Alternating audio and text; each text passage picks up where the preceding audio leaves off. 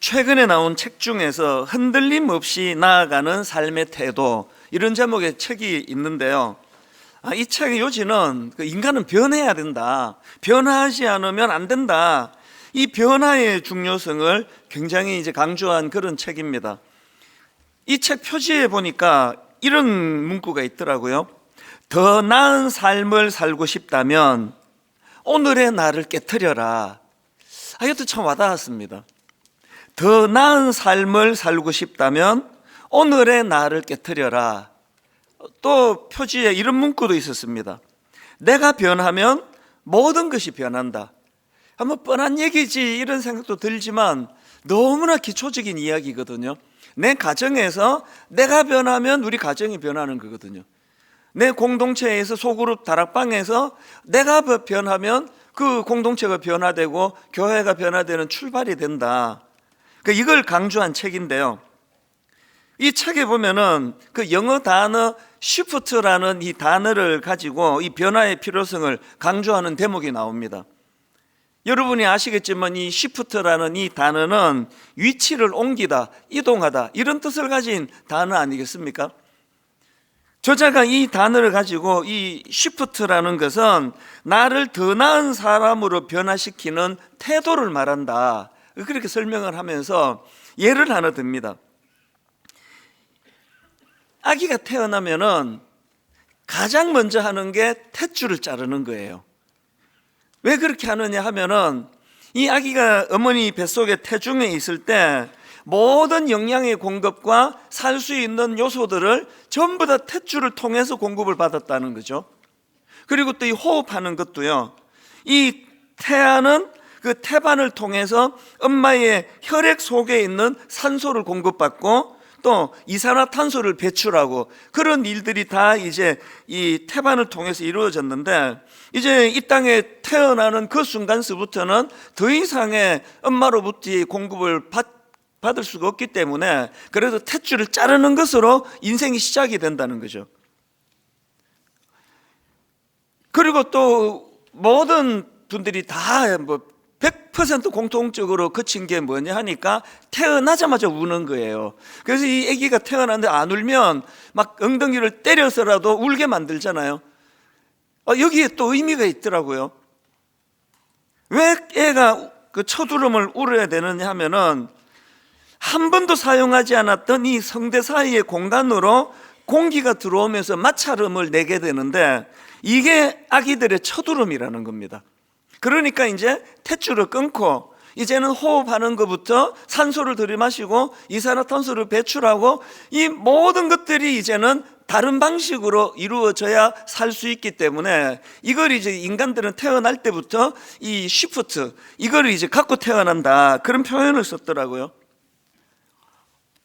제가 이 원리를 설명하는 책을 읽으면서 탯줄을 잘라야 새로운 세계에서의 본인의 삶을 살아갈 수 있다고 한다면 이 영적으로도 마찬가지인데, 그런 생각이 들더라고요. 우리가 예수를 믿는다는 것은 이런 겁니다. 어떤 분은 주중에는 내가 스포츠센터 등록 회원이 돼가지고 운동을 하고, 저녁에는 영어 학원에 등록을 해서 영어를 배우고, 또 이제 주일이라고도 안 그래요. 일요일이 되면은 교회 가서 예배 보고, 그게 아니야? 신앙생활이? 이렇게 생각하는, 오해를 하는 분이 계세요. 신앙생활은요, 무슨 헬스클럽에 등록 끊어서 운동하는 게 아니고요, 신앙생활은 새로 태어나는 거거든요. 새로운 생명이 부여가 되는 겁니다. 그래서 우리가 예수를 믿는다고 한다면 지금까지 내 힘을 의지하고 세상을 바라보며 살아가던 삶의 방식의 탯줄을 끊는 거예요. 내가 살아가는 방식으로 그동안 유효했던 그 모든 통로를 차단하고, 그리고는 이제 나는 하나님을 믿는다, 나는 하나님으로부터 공급받아 살 수 있는 존재라는 것을 인식하고 살아가는, 이게 신앙생활이거든요. 제가 오늘 이제 시편 23편 총정리하는 6절의 말씀을 제가 묵상을 하면서 이 짧은 한 구절 속에서 참 여러 가지 메시지를 제가 많이 또 공부하고 또 주중에 또 은혜를 누리고 했는데요.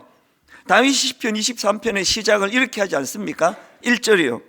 여호와는 나의 목자시니 내게 부족함이 없으리로다. 이게 바로 그 시프트를 말하는 거예요. 그 책에서 말하는 걸 하자면 이게 변환이에요. 여러분들이 이 구절을 읽을 때 내가 예전에는 뭐가 채워져야 만족했습니까? 통장에 그래도 죽을 때까지 먹고 살 수 있는 돈이 있고, 그리고 또 인정받을 수 있는 어떤 직장이 있고, 또 사람들에게 어느 정도는 존경받을 수 있는 이런 것들이 채워져야 인생이 부족함이 없는 것이라고 계속 세상이 그렇게 노래를 하는 데서 우리가 살아가고 있는데, 내가 이제 예수님을 알고 나서 이게 아닌 걸 이제 우리가 알아가는 거예요. 그래서 다윗이 말하잖아요. 여호와가 나의 목자가 되시기 때문에 내게 부족한 게 없다. 이렇게 말씀을 시작한 다윗이 6절로 가서 말씀의 마무리가 이렇습니다. 내 평생의 선하심과 인자하심이 반드시 나를 따르리니 내가 여호와의 집에 영원히 살리로다. 이 삶의 방식을 이야기하거든요.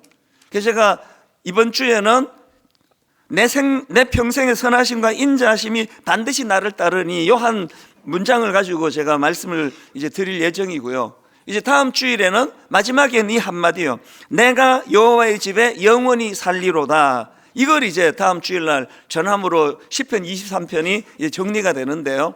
이런 의미에서 저는 오늘 이 23편 6절 앞부분을 가지고 저는 저와 여러분이 다 인생의 전환, 변환, 또 인생의 시프트가 일어나게 되기를 바랍니다. 탯줄을 끊는 결단이 일어나고 내가 이제는 내 어떤 무엇을 의지하고 세상의 질서대로 살아가는 그 구조에 내가 던져진 사람이 아니라 나는 이제 여호와가 나의 목자가 되시고 나는 그분을 의지하고 그분이 공급해 주시는 것으로 살아가는 인생이라고 하는 이런 어떤 삶의 변환이 일어나는 그런 믿음의 성도님들 되시기를 바라면서 그런 분들에게 제가 두 단어를 드리고 싶은 겁니다.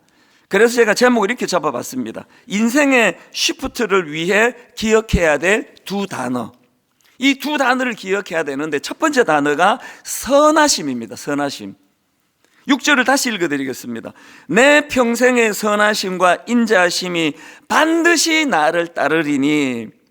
여기 나오는 선하심은 히브리어로 보면 토브라는 단어예요. 토브. 들어보신 분들이 많으실 겁니다.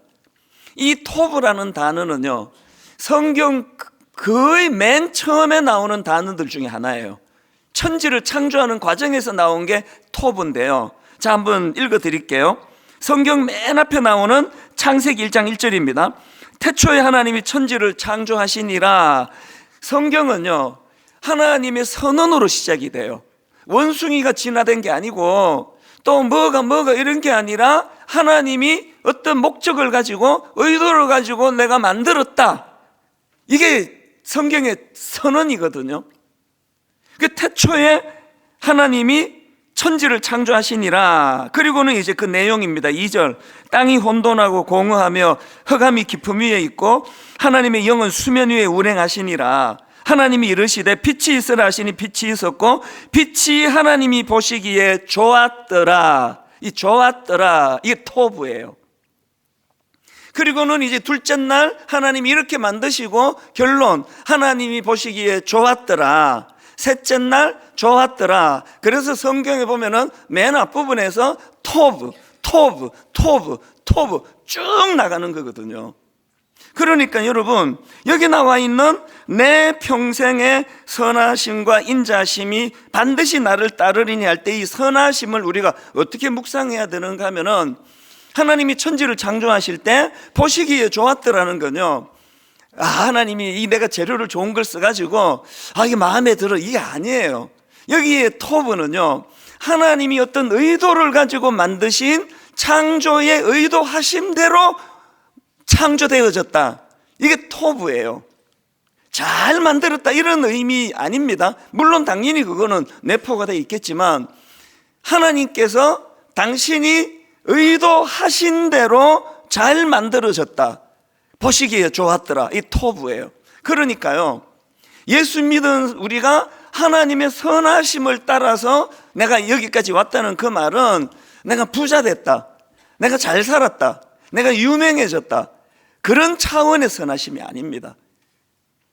내가 하나님께서 나를 이 땅에 보내주실 때 하나님께서 원래 의도하신 대로 살아가는 삶, 이게 선하심이에요. 이게 선하심. 그래서 에베소서 2장 10절에 보면은 우리는 그가 만드신 바라 그리스도 예수 안에서 선한 일을 위하여 지으심을 받은 자니, 이렇게 나와 있거든요. 우리가요, 밥을 굶는다 하더라도 하나님께서 의도하셨던 선한 삶을 살아가는 그 삶이 성공한 삶이라는 거죠.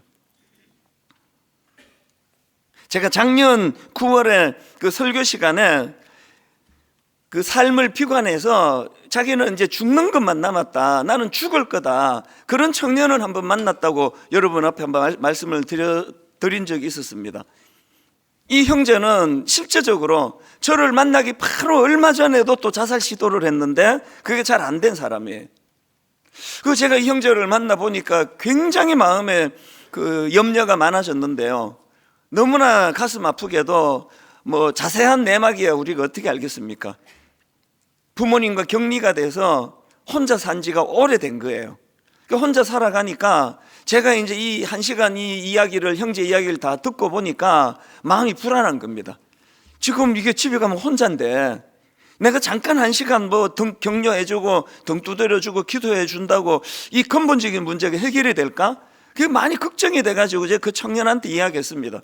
내가 보니까 당신은 지금 혼자 살기 때문에 어떤 도움이 필요한 것 같다. 그래서 형제가 허락하면 내가 오는 주일 설교 시간에 이 내용을 제가 잘 설명을 해서 우리 형제를 도와줄 사람을 좀 찾아보고 싶은데 그래도 되겠느냐. 제가 이제 어떤 개인의 이야기를 할 때 보통 좀 이런 좀 심각한 얘기는 다 허락을 받고 이야기를 하거든요.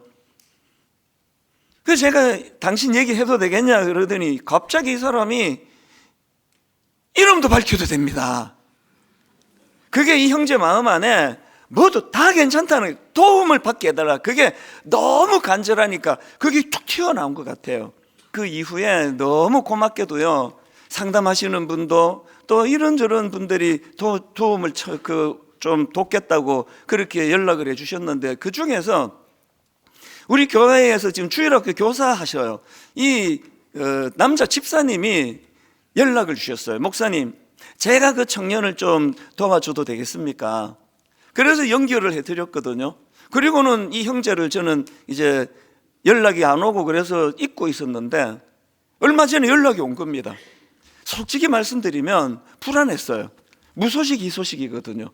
또 형제가 연락을 하니 또 무슨 어려움이 있나? 그렇게 하고 조심스럽게 형제를 만났더니 제가 그날 그 감기가 있을 수가 없습니다.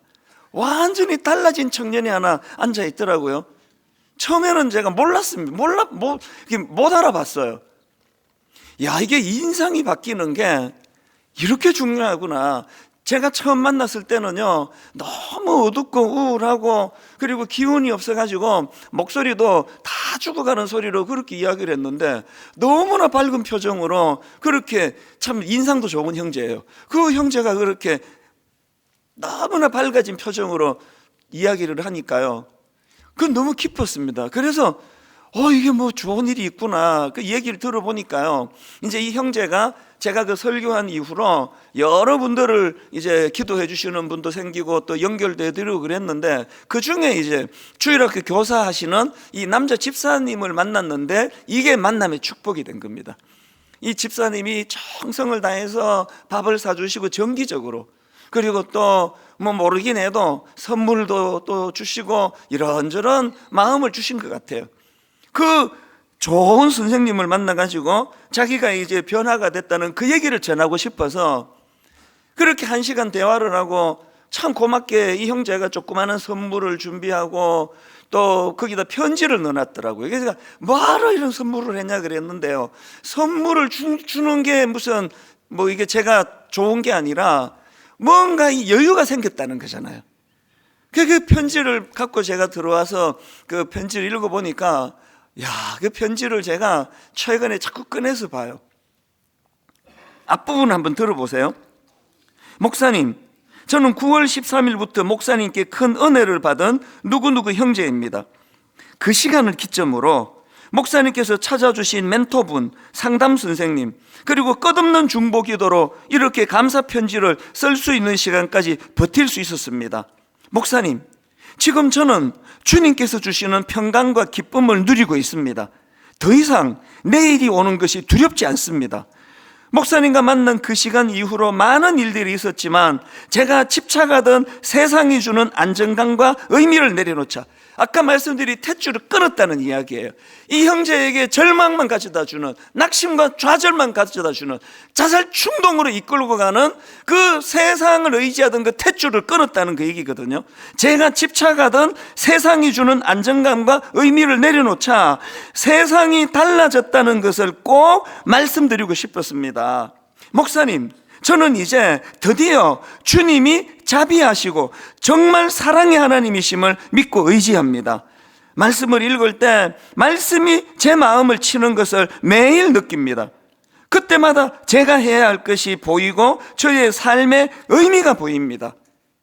그러면서 이 형제가 처음엔 1개, 2개, 3개, 8개 발견할수록 끝도 없이 보여주는 하나님의 개입하심에 대하여 너무나 본인이 감격을 하면서 편지 말미에 이렇게 고백을 하더라고요. 목사님, 이젠 더 이상 공포의 대상이 아니신 주님을 찬양할 수 있습니다. 목사님도 아시겠지만 주님을 믿고 매일 새로운 힘을 얻는 것은 너무도 큰 기쁨이고 영광입니다. 이제 제 소망은 그저 겨우 다시 움켜잡은 주님의 손을 놓치지 않는 것과 저도 어려움에 처한 영혼에게 도움을 주어 주님께 영광을 돌리는 것 뿐입니다. 이 형제의 삶의 의욕은요, 선하심이에요. 그 선하심은 토부예요. 내가 어떤 형편으로 살아가든지 간에 하나님이 나를 창조하실 때, 이 땅에 보내실 때 하나님이 의도하신 그대로 살아가는 이게 선하심입니다. 요셉도 마찬가지 아닙니까? 고난으로 치면 요셉도 이 형제 저리 가라죠. 배다른 형제에게 살해 위협을 당하고 남의 나라로 인신매매 팔려가고 억울하게 감옥 가고, 그런데 여러분 성경을 읽어보세요. 요셉에게 상처의 흔적이 없습니다. 이게 어떻게 가능했냐 하니까 자기가 인생을 다 지나고 나서, 그것을 극복하고 나서 그 형제들에게 한 말, 유명한 창세기 50장 20절에 답이 있습니다. 자기 팔아뿌린 형제들에게 이렇게 말합니다. 당신들은 나를 해하려 하였으나 하나님은 그것을 선으로 바꾸사. 여기서 선이 이게 토부예요. 당신들은 나 미워서 팔아버렸지만 그 팔려간 그 삶 가운데 하나님이 자기를 통하여 의도하시고 계획하셨던 삶을 찾아 나갔기 때문에 그것이 절망이 아니라 오히려 재료가 되고 의욕이 되고, 그래서 오늘 저는 내 평생의 선하심, 이 토부라는 단어를 기억하시기를 바라고요. 그런가 하면 두 번째로 우리 인생의 변환이 일어나기 위해서 기억해야 될 단어가 있는데 인자하심입니다. 이 인자하심은 그 6절 읽어드리고 설명드릴게요. 내 평생의 선하심과 인자하심이 반드시 나를 따르리니. 여기 나오는 인자하심은 히브리어로 헤세드예요. 이것도 들어보신 적이 있으실 겁니다. 이 헤세드는요, 자비, 사랑, 인자 이런 뜻을 가진 단어인데요, 구약에서 헤세드는 하나님의 성품을 설명할 때 쓰는 단어예요. 하나님의 당신의 백성들을 불쌍히 여기시는 마음, 이게 헤세드예요. 지금 다윗이 뭘 고백하는가 하니까 그 헤세드가 뭐라 그랬죠? 무조건적인 사랑이에요.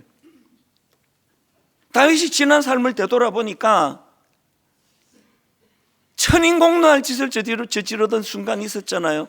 살인을 저지르고 그 가정 있는 남의 그 유부녀, 남의 여자를 임신을 시키고, 그래서 음모를 꾸며서 그 남자를 그 충성스러운 신하예요.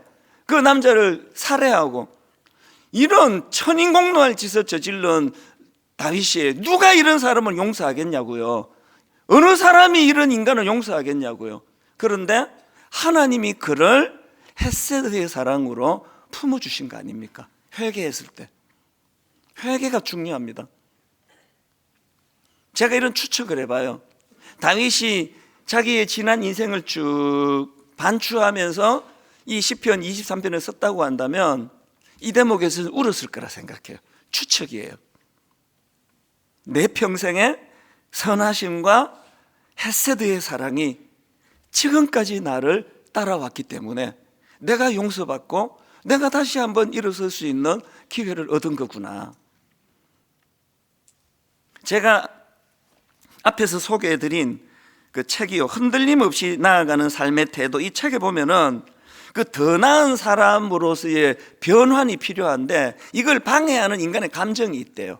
우리가 왜 더 나은 삶으로 그런 그 쉬프트가 잘 일어나지 않는가 보니까 거기에 어떤 감정이 방해가 되느냐 하니까 몇 가지 있더라고요. 첫째, 불안이 우리의 변화를 발목을 잡는데요. 그 쭉 설명하고요.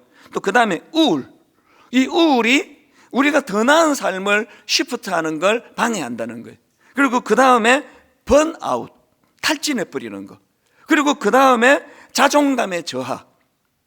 여러분, 탯줄을 끊으셔야 된다는 말씀을 드리는 게요, 사실 이 시대의 삶의 그 시스템이 네 가지를 양산하게 만드는 구조 아닙니까?